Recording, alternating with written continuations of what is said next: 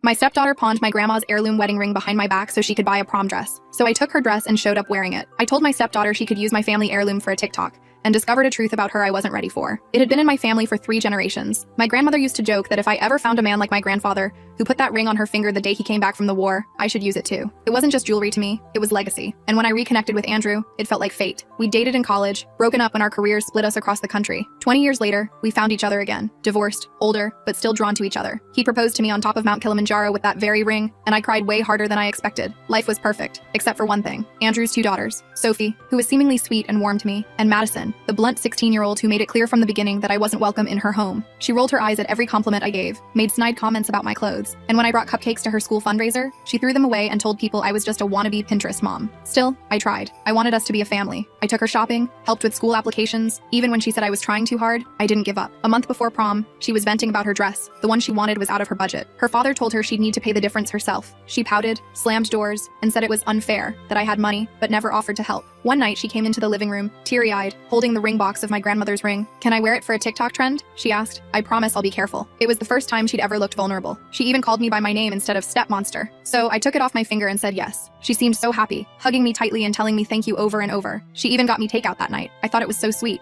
Like that one simple action was about to snowball into a great bond. But of course it wasn't that simple, because the next morning it was nowhere to be found. Madison cried, saying she misplaced it. I searched everywhere for it, but Andrew barely blinked. "It's just a ring," he said. "I can get you another one." But it wasn't just a ring. I sat on the bathroom floor that night holding the empty velvet box, staring at it until the light hurt my eyes. I was sad, distraught, crushed. But then 3 days later I heard Madison laughing on the phone. "Yeah, she totally bought it. Stupid cow probably thinks it's sentimental. I sold it yesterday. I didn't move." And then she said it. "I'm gonna look so hot in this dress. Worth every penny." I remember freaking out. No way had she sold my ring to afford her dress. Wanting to be sure, I tore her room apart after she left for school, and there I found the receipt in her wastebasket. It was for a ring sold to a local pawn shop. I broke down sobbing. Andrew came upstairs and saw me, and I immediately showed it to him. But Andrew just sighed. "She's just a kid. She stole from me in the past. She didn't mean to." Yes, she did. We argued for an hour until I realized he wouldn't help. So I went to the pawn shop alone. The guy remembered her, said she called herself Madison Delancey. He handed me the transaction receipt and told me the ring was already gone. Sold. Nothing he could do unless it was reported stolen. I nodded, thanked him, and left. That's when my plan began. I went to the boutique where Madison's dress was being altered, told them I was there to pick it up, used her full name and order number. The clerk didn't even question it. Handed it over in a garment bag. I brought it home, hung it neatly in the closet. Then I called the school and volunteered to chaperone prom. Said I was a step-parent, had event experience, happy to help. They were thrilled. The day before prom, Madison tore through the house, screaming, cursing. "Where's my dress?" She turned the place upside down, thinking someone had stolen it. Had a meltdown so loud the neighbors peeked out. In the end, she had to buy one off the rack. It didn't fit quite right, bunched in some places, loose in others. Still, she tried to carry herself like a queen. But then prom night came. I showed up an hour early, name on the chaperone list, hair done, heels on, and walked in wearing her dress. The same dress she'd bought with the money from my grandmother's ring. I stood by the punch table, greeting kids with a smile. When Madison walked in and saw me, she froze. The color drained from her face. Her friends whispered. She looked down at her ill-fitting backup and turned away. I didn't say a word, just smiled. It wasn't about the dress. It wasn't even about the ring anymore. It was about how if you try to humiliate someone who only ever wanted to love you, eventually, you learn what it feels like to lose. Only, I wasn't done teaching her a lesson just yet. The day after prom, things spiraled further. Andrew and I argued again, and it was clear he wouldn't hold Madison accountable. So I quietly met with a lawyer. She recommended filing a civil suit for theft, suggesting it might finally bring the seriousness of Madison's actions to light. I hesitated briefly, knowing the disruption it might cause, but ultimately agreed. Papers were served to our house, within days, formalizing the charges and setting the wheels of justice into motion. When the papers were served, Andrew's reaction was immediate and defensive. He confronted me in the kitchen, holding the documents like I'd handed him a grenade. "Are you seriously suing my daughter?" he demanded, his voice tight with disbelief. "She stole from me," I reminded him. But Andrew shook his head, as if denial alone could erase the situation. Soon after, we received official notice. Our first court date was scheduled in a month. As soon as that happened, Madison moved in with her mother, Vanessa, taking most of her belongings in a dramatic exit that involved slamming doors and tearful accusations that I was destroying the family. She packed her clothes in garbage bags, dragging them down the stairs while sobbing loudly. Andrew helped carry her boxes to the car, his shoulders slumped in defeat. Sophie stayed with us, quieter than usual, her 10-year-old shoulders carrying the weight of a storm she hadn't created. She spent more time in her room, drawing pictures with dark colors and sharp lines that worried her art teacher enough to call home. "Is Madison going to jail?" she asked one night as I tucked her into bed, her voice small in the darkness. Her stuffed animals were arranged protectively around her, as if forming a barrier against the family chaos. I smoothed her hair back, feeling the silky strands between my fingers. "No, sweetie, this isn't about punishing Madison. It's about making things right." The nightlight cast soft shadows across her worried face. "Dad says you're suing her." Her eyes were wide, reflecting the dim light. "Not exactly," I explained. choosing my words carefully. We're asking a judge to help us resolve this situation fairly. I pulled her blanket up higher, tucking it around her shoulders the way she liked. Sophie nodded, her eyes serious beyond her years. Madison told me you're just doing this for money. My heart sank, heavy as a stone. Even from her mother's house, Madison was still spreading poison. This was never about money, Sophie. It was about respect and honesty. I kissed her forehead, wishing I could shield her from all of this. The harassment began almost immediately after I filed the civil suit. Anonymous texts calling me a home-wrecking bitch. Emails with subject lines like, "Leave our family alone." My phone would buzz at all hours, each message more vicious than the last. Once, someone threw a rock through our living room window with "Home Wrecker" painted on it in dripping red letters. The glass shattered across our carpet, glittering dangerously in the afternoon sunlight. The police came, took reports, photographed the evidence, but without concrete proof linking Madison to these incidents, there was little they could do. My lawyer, Diane Mercer,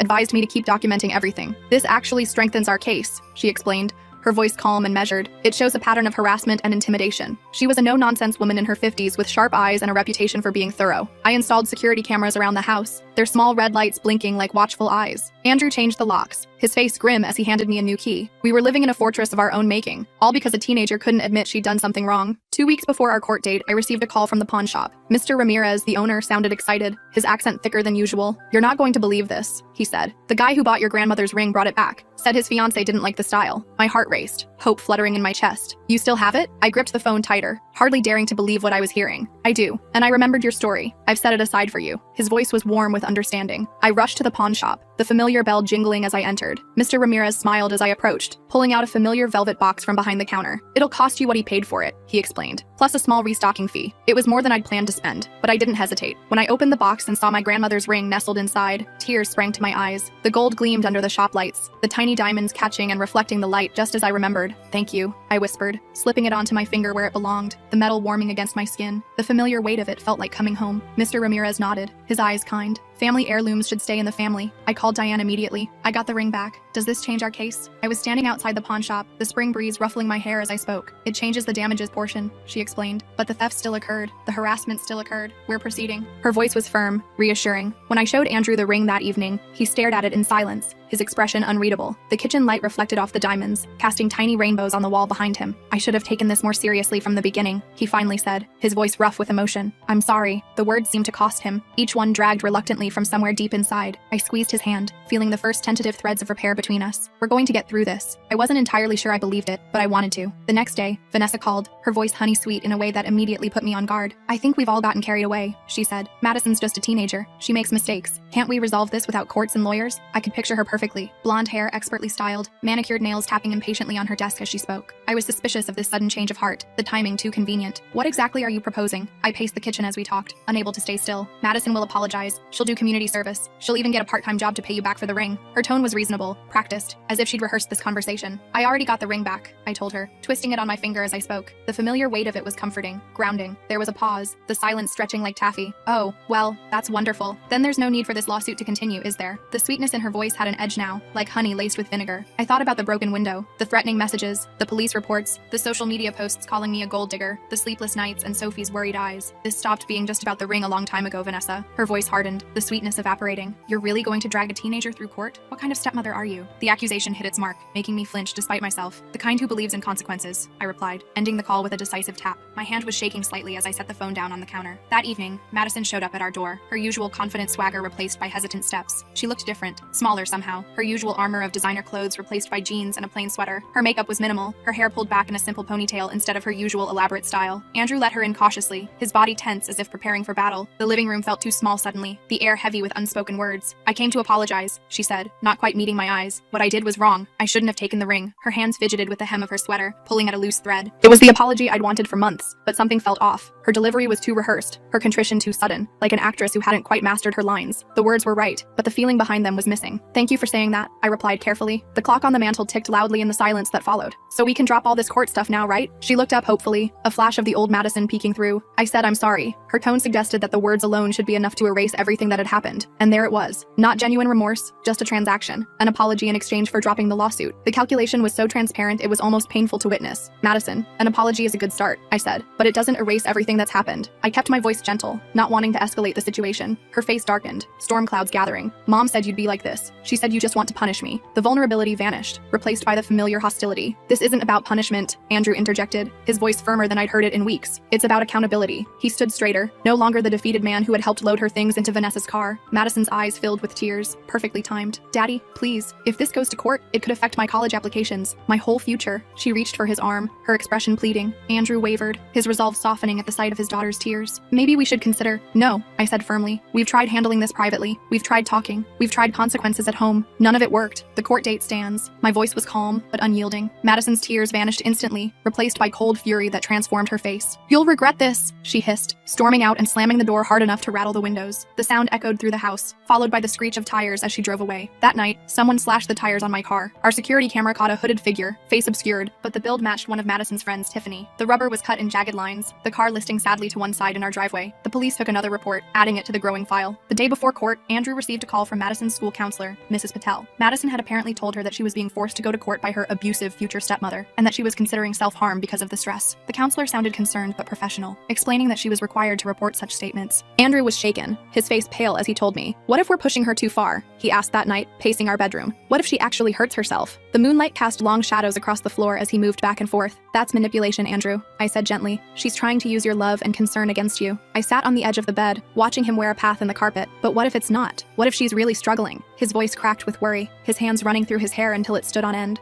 I took his hands in mine, feeling the slight tremor in his fingers. "Then we get her help. Real help. But dropping the lawsuit won't solve the underlying issues." I pulled him to sit beside me, the mattress dipping under our combined weight. The morning of court, I dressed carefully in a conservative navy suit, my hair pulled back in a neat bun. Andrew wore his best tie, his movements stiff with tension. Sophie stayed with a friend. We'd all agreed court was no place for her. The house was quiet as we prepared, each of us lost in our own thoughts. We arrived early, meeting Diane in the lobby. She briefed us on what to expect, but paused mid-sentence when she saw my expression change. I was staring past her, at Madison and Vanessa entering the building. Madison was in a wheelchair, her right leg in a cast, looking pale and fragile. Her hair was pulled back simply, her makeup minimal, emphasizing her youth and vulnerability. "What happened to her?" Andrew asked, rushing over. His concern was immediate, parental instinct overriding everything else. Vanessa gave him a cold look, her perfectly manicured hand resting protectively on Madison's shoulder. "She fell down the stairs yesterday. The doctor says it's stress-induced vertigo from all this legal pressure." Her accusatory tone made it clear who she blamed for the accident. I exchanged glances with Diane, who raised an eyebrow skeptically. The timing was too convenient, the presentation too perfect. Inside the courtroom, Madison's appearance had the desired effect. The judge, an older woman named Judge Harmon, looked sympathetic as Madison wheeled herself to the plaintiff's table, wincing dramatically with every movement. The courtroom was smaller than I expected, the wooden benches polished from years of use, the air slightly stuffy despite the ceiling fans turning lazily overhead. Vanessa had hired an aggressive attorney named Richard Dawson,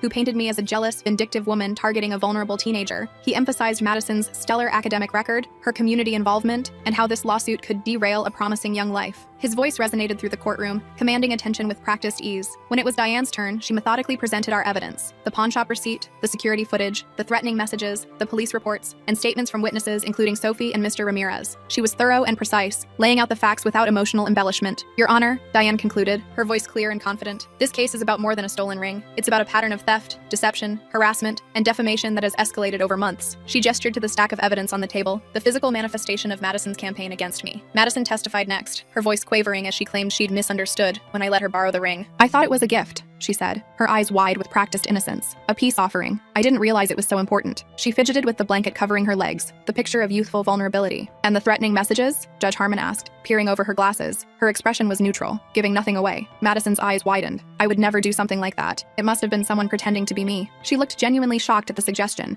her performance flawless. When it was my turn to testify, I spoke calmly about finding the pawnshop receipt, about Madison's admission on the phone that she'd sold the ring, about the escalating harassment. The wooden witness chair was uncomfortable, but I sat straight, meeting the judge's eyes as I answered each question. "Why pursue this in court?" Judge Harmon asked me directly. "Why not handle it within the family?" Her tone was curious rather than judgmental. "We tried, Your Honor," I replied, but the behavior continued to escalate. Madison has never shown genuine remorse or taken responsibility for her actions. I could feel Madison's glare from across the courtroom, but I kept my focus on the judge. During cross-examination, Richard Dawson tried to portray me as obsessed with material possessions, more concerned about a ring than my relationship with my future stepdaughter. He paced as he questioned me, his expensive shoes clicking on the hardwood floor. "Isn't it true," he asked, his voice sharp as a blade, "that you wore Madison's prom dress to humiliate her in front of her peers?" He stood too close, invading my personal space in a subtle intimidation tactic. I took a deep breath, feeling all eyes on me. Yes, I did. It wasn't my finest moment. I was hurt and angry that she'd sold my grandmother's ring to buy that dress. The admission felt both freeing and uncomfortable. "So you admit to deliberately humiliating a teenager?" His tone suggested he'd scored a significant point. "I admit to showing her that actions have consequences," I replied, something no one else in her life seemed willing to do. From the corner of my eye, I saw Andrew shift in his seat. The judge called a recess. In the hallway, Andrew pulled me aside, his voice low and urgent. Madison's leg isn't broken, he whispered. Sophie texted me. She said Madison was bragging to her friends about faking an injury for court. His eyes were wide with disbelief. I stared at him. How would Sophie know that? The hallway was crowded with people, forcing us to stand close together as we spoke. Apparently, Madison didn't realize Sophie was in a group chat with some of her friends. She saw the messages.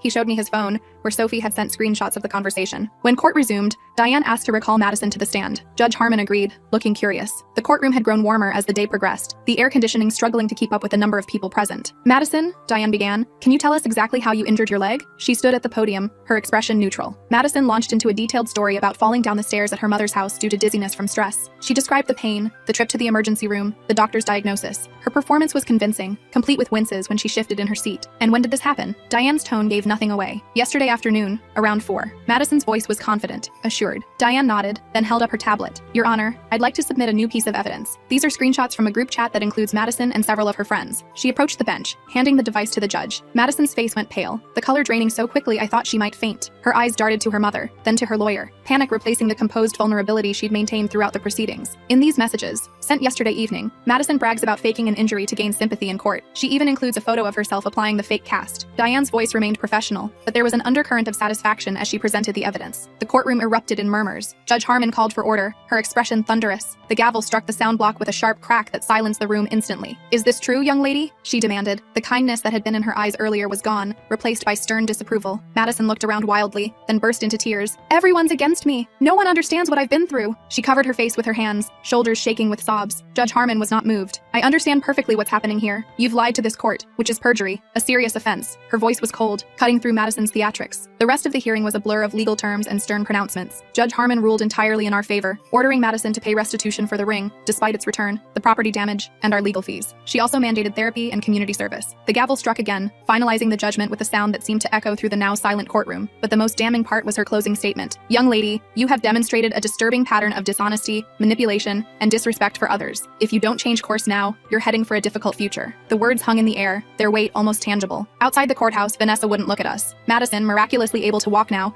stormed ahead to the car. Her cast had been removed, revealing an unmarked leg beneath. Andrew looked shell-shocked. I can't believe she faked an injury, lied under oath. The spring sunshine seemed too bright, too cheerful for the gravity of what had just happened. I said quietly. This is who she's become. The realization was sad, rather than satisfying. That evening, as we sat in our living room processing the day's events, Andrew's phone rang. It was Vanessa, sobbing. Madison's gone, she cried. She packed a bag and left. There's a note saying she's going to live with her boyfriend. She says everyone's turned against her. Her voice was high-pitched with panic. Andrew went pale. What boyfriend? She's 17. He gripped the phone tighter, knuckles turning white. Some college guy she met online. Jason or Justin, something like that. I've been calling her, but she won't answer. Vanessa's voice cracked with genuine fear. I watched the color drain from Andrew's face as he realized how little he knew about his daughter's life, how many secrets she'd been keeping, how dangerous her current actions might be. The evening shadows lengthened across the living room floor as we absorbed this new crisis. We'll find her, he promised, ending the call. He looked at me, fear replacing the anger and disappointment of the day. What have we done? His voice was hollow with self-recrimination. I took his hand. We held her accountable. That's what parents are supposed to do. I tried to sound more confident than I felt. And now she's run away with some guy we know nothing about. He ran his free hand through his hair, a gesture that had become familiar during these weeks of stress. I nodded, already reaching for my phone. Then we find her and bring her home. That's also what parents do. I started making calls, my mind racing with possibilities and plans. The court victory suddenly felt hollow. We'd won the battle but possibly lost something much more important in the process. Madison was out there somewhere, angry, humiliated, and potentially in danger. The real challenge was just beginning. We spent the next 48 hours in a nightmare of police reports, phone calls, and social media searches. Andrew contacted Madison's friends, but they either didn't know where she was or weren't telling. Vanessa called hospitals and shelters. I scoured Madison's social media accounts for any clues about this mysterious boyfriend. The hours blurred together, marked only by cups of cold coffee and increasingly desperate phone calls. I found something, I said, showing Andrew a photo Madison had posted 3 weeks earlier. It showed her sitting on a campus bench with a guy's arm around her shoulders, though his face was cropped out. The caption read, "College life with BE is going to be amazing." The geotag showed Eastern State University about 2 hours away. My eyes burned from staring at screens,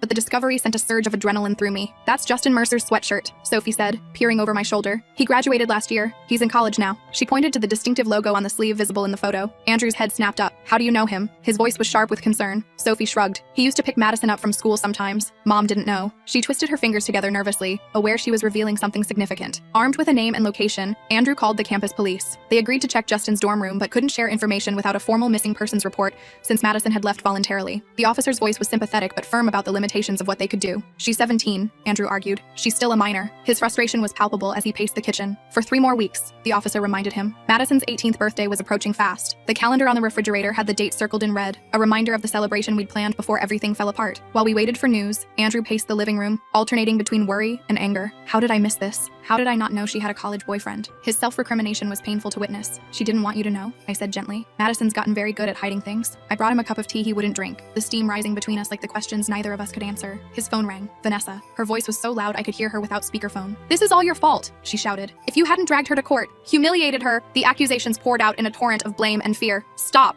Andrew interrupted. Madison chose to steal. She chose to lie. She chose to run away. We need to find her, not blame each other. His voice was steady, resolute in a way I hadn't heard before. After he hung up, he looked at me with tired eyes. I've been a terrible father. The admission seemed to age him, the lines around his eyes deeper in the harsh kitchen light. No, I said firmly. You've been a father who wanted to believe the best about his daughter. There's a difference. I squeezed his hand, trying to convey strength I wasn't sure I possessed. Late that night, Andrew's phone pinged with a text from an unknown number. Dad, I'm fine. Stop looking for me. I'll be 18 soon anyway. The message was terse, devoid of emotion, but at least it confirmed she was alive. Andrew called the number immediately, but it went straight to voicemail. The police traced it to a prepaid phone purchased with cash. Another dead end. We went to bed exhausted, the house too quiet without Madison's drama filling the spaces. On day 3, Sophie came to me with her tablet. I think I know how to find Madison. Her expression was serious, determined beyond her years. She opened Instagram and showed me a private account called ESU_Party Central that posted photos from campus parties. In the background of one image posted the night before, barely visible in the corner, was Madison. Her distinctive auburn hair was unmistakable, even in the dimly lit photo. That's Justin's apartment, Sophie explained. I recognized the weird painting on the wall from Madison's Snapchat stories. She pointed to an abstract canvas visible behind the partygoers. I hugged her tight. You're brilliant, Sophie. Her small body felt fragile in my arms, but her mind was sharp and observant. We showed Andrew, who immediately called the police with the new information. They agreed to do a welfare check, but warned it might take time. The officer sounded sympathetic, but explained they had limited resources,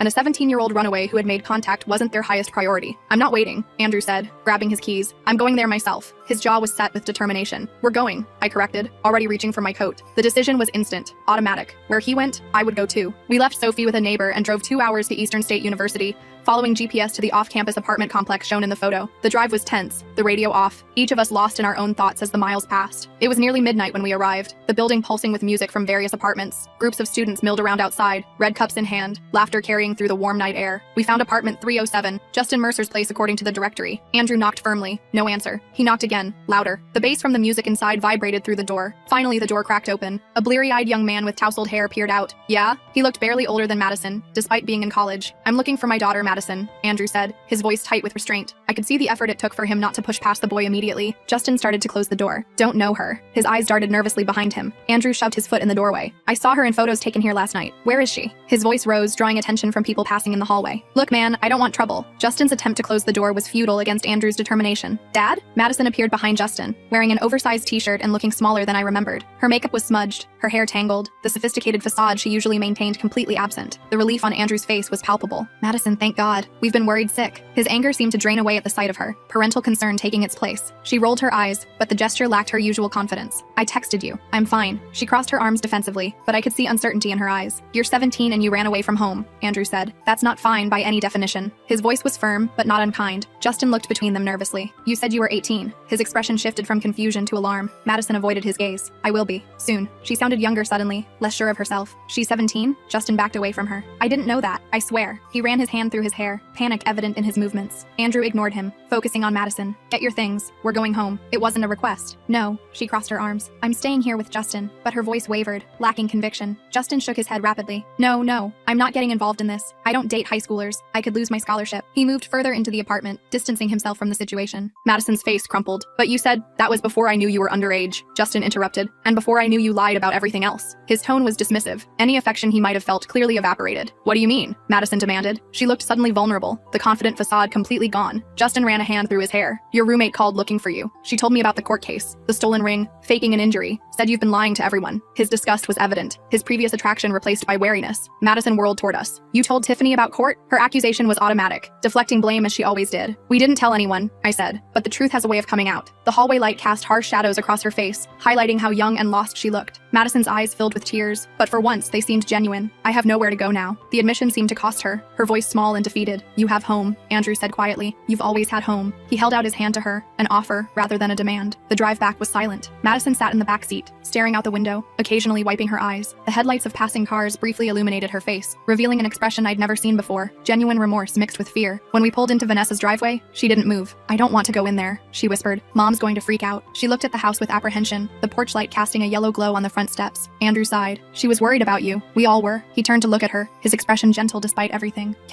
Madison hesitated. Can I stay with you guys tonight? Just tonight? The request was tentative, uncertain. Andrew looked at me questioningly. I nodded slightly. After everything, I couldn't turn her away when she finally seemed vulnerable enough to change. Okay, he said, but we're calling your mother to let her know you're safe. He reached for his phone, already dreading the conversation. At home, Sophie was still awake despite the late hour. She hugged Madison tightly, surprising all of us. Don't ever do that again, she said fiercely. I thought something terrible happened to you. Her small arms wrapped around Madison's waist, her face pressed against her sister's shoulder. Madison looked stunned by her sister's reaction. I'm sorry, she mumbled. The words seemed to surprise her as much as they did us. That night, I heard Madison crying in the guest room. I paused outside her door, debating whether to go in. The soft sounds of her sobs were muffled but unmistakable. Before I could decide, Andrew appeared beside me. I should talk to her, he said. His eyes were tired but determined. I squeezed his hand. We should talk to her. This was a moment that could define our future as a family. I wouldn't let him face it alone. Madison was sitting cross-legged on the bed, her face blotchy from crying. She looked up as we entered, immediately defensive. Come to gloat? She asked bitterly. She wiped her nose with the back of her hand, looking younger than I'd ever seen her. No, I said, sitting on the edge of the bed. We came to make sure you're okay. The mattress dipped under my weight, the sheets cool beneath my hands. She laughed harshly. I'm fantastic.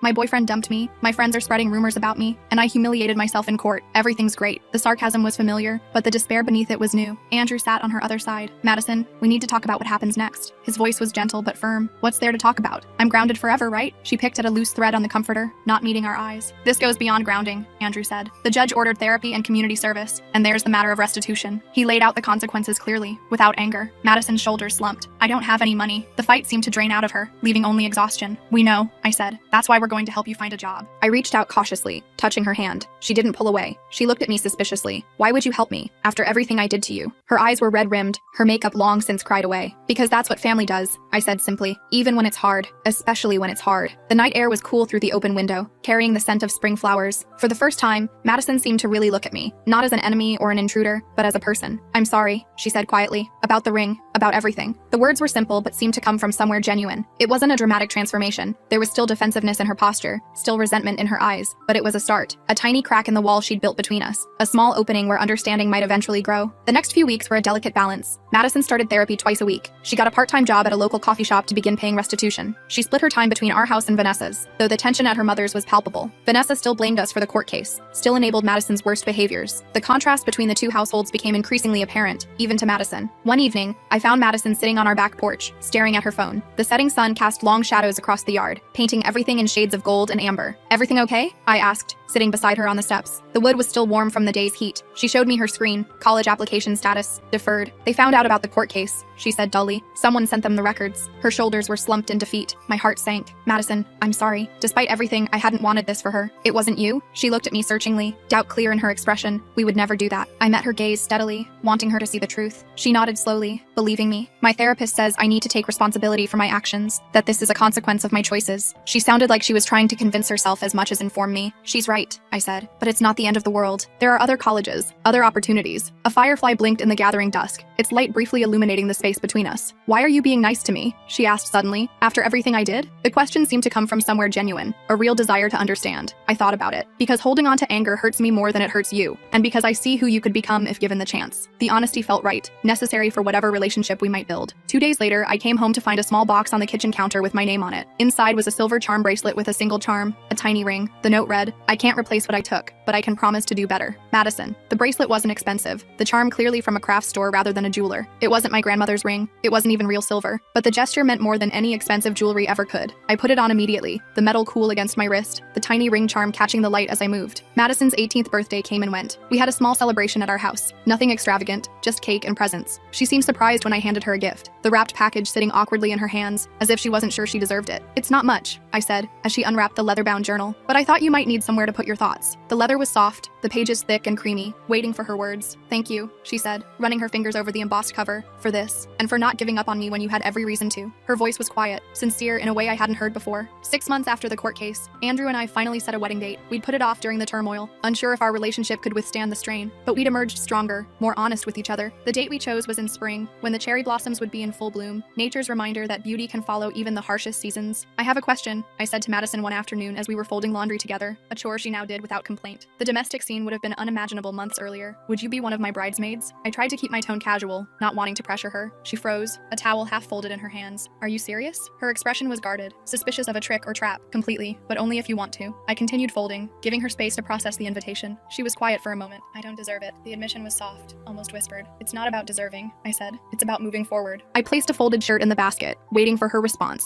The day before the wedding, Madison knocked on our bedroom door. She held out a small velvet box. "I've been saving from my job," she said. "I wanted to get this back to you before the wedding." Her hands trembled slightly as she offered the box. I opened the box with trembling fingers. Inside was a ring, not my grandmother's, but a similar vintage style. The gold band was delicate, the small diamonds arranged in a pattern that echoed the original. "It's not the same one," Madison said quickly. "That one was gone for good, but the pawn shop owner helped me find something similar. I know it can't replace what I took, but..." I hugged her, cutting off her words. After a moment's hesitation, she hugged me back. "Thank you," I whispered. The gesture meant more than the ring itself ever could. The wedding was small and perfect. Andrew wore his father's cufflinks. Sophie was our flower girl, beaming as she scattered rose petals along the aisle, and Madison stood beside me as a bridesmaid, her smile genuine as she handed me my bouquet. The spring breeze carried the scent of cherry blossoms, the sunlight filtering through the trees in dappled patterns across the grass. I wore the vintage ring Madison had given me on my right hand. On my left, Andrew placed a new ring, one that would start its own history, its own legacy. As we exchanged vows, I caught Madison's eye. She gave me a small nod, an acknowledgement of how far we'd come. Some wounds never fully heal. Some trust can never be completely restored. But as I looked at my new family, complicated, imperfect, and real, I knew we'd found something worth fighting for. Not a fairy tale ending, just a new beginning.